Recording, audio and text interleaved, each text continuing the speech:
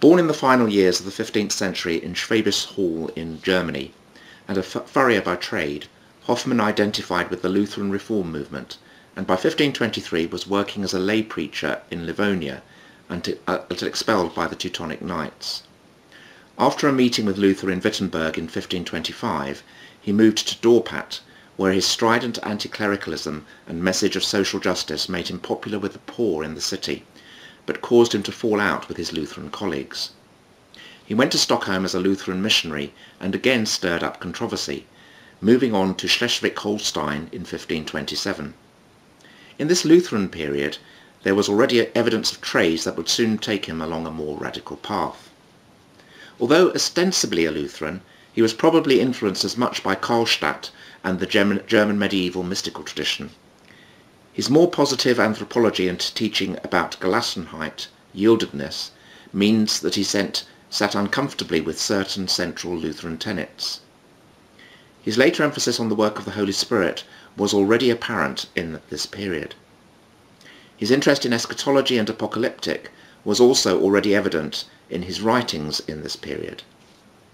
His commitment to the poor and concern for social justice was bringing him into conflict with those who sought state support for the reform process.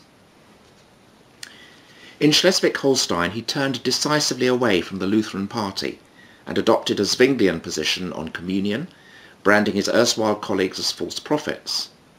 In 1529 his property was confiscated and he was expelled once more. After a brief period in Emden with Karlstadt, he travelled to Strasbourg and found himself in this unusually tolerant city surrounded by reformers, Anabaptists of various kinds and spiritualists. It appears that he was baptised there but formed his own group rather than joining an existing congregation. In this group were a number of influential women recognised as having prophetic gifts, including Ursula Joost and Barbara Rebstock. But Hoffmann's revolutionary and anti-clerical views alarmed the authorities and he fled to escape arrest. During the next 3 years he travelled widely, evangelising and baptising hundreds of people. His developing views were from this point clearly within the Anabaptist stream, but were individual and not completely internally consistent. He seems to have listened to the different groups, drawn insights from each, and concocted his own distinctive and potent mixture: spiritualistic, apocalyptic, revolutionary, and, to a lesser degree, biblicist Anabaptist emphasis were all combined into the brand of Anabaptism that Hoffmann would promote, first in Strasbourg and then in Emden and the Netherlands after his escape from threatened arrest in Strasbourg. During the next 3 years he travelled extensively, evangelising and baptising hundreds of people in a missionary career perhaps second only to Hans Hut.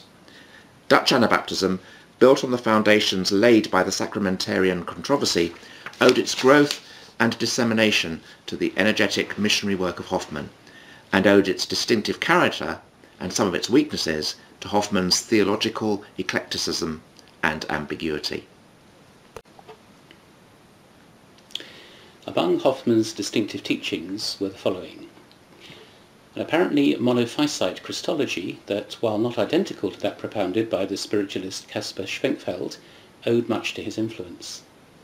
Monophysite Christology asserted that in the person of Jesus Christ there was only one divine nature rather than 2 natures, divine and human, as asserted at the Council of Chalcedon in 451. Secondly, a readiness to dispense with outward ceremonies. He banned believers' baptism for 2 years in 1531 after 10 of his followers were executed. That seems to betray spiritualist tendencies. Thirdly, confidence in revelation through contemporary prophecies and vision. Fourth, an expectation of the imminent return of Christ, with Strasbourg cast in the role of the New Jerusalem, and an apocalyptic mood that lent great urgency to the movement he led. And fifthly, ambivalence about the role of government and the use of the sword. Some statements imply that the saints should destroy the ungodly before Christ returned. Other statements rejected this option, and some statements seem to suggest that God would work through the political authorities to establish his kingdom. It was in the Netherlands, where a fierce controversy was raging over the nature of communion, that Hoffmann's teaching was received most enthusiastically. Large numbers were drawn to Melchiorite Anabaptism, which combined mystical, apocalyptic, revolutionary, and to a lesser degree, biblicist emphases. This provoked persecution, and after several deaths, Hoffmann ordered the suspension of baptisms, and the movement went underground. In 1533, back in Strasbourg, he allowed himself to be arrested in the belief that this was necessary if the New Jerusalem was to be established there. It seems that he spent the rest of his life in prison, dying perhaps 10 years later, still awaiting the events he had prophesied.